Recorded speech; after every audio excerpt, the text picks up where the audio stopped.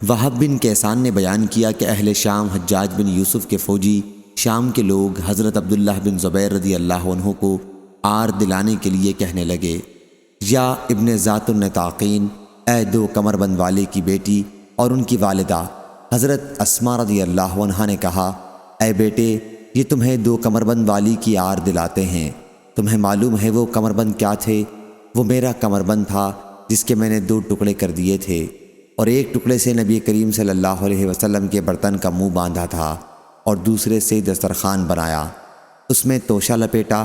وہب نے بیان کیا کہ پھر جب حضرت عبداللہ بن زبیر رضی اللہ عنہ کو اہل شام دو کمر بند والی کی آر دلاتے تھے تو وہ کہتے، ہاں اللہ کی قسم یہ بے شک سچ ہے، اور وہ یہ مصرع پڑھتے، تلک شکات ظاہر عن کا آرہا، یہ تو ویسا تانا ہے جس میں کچھ عیب نہیں ہے۔ صحیح بخاری حدیث نمبر 5388۔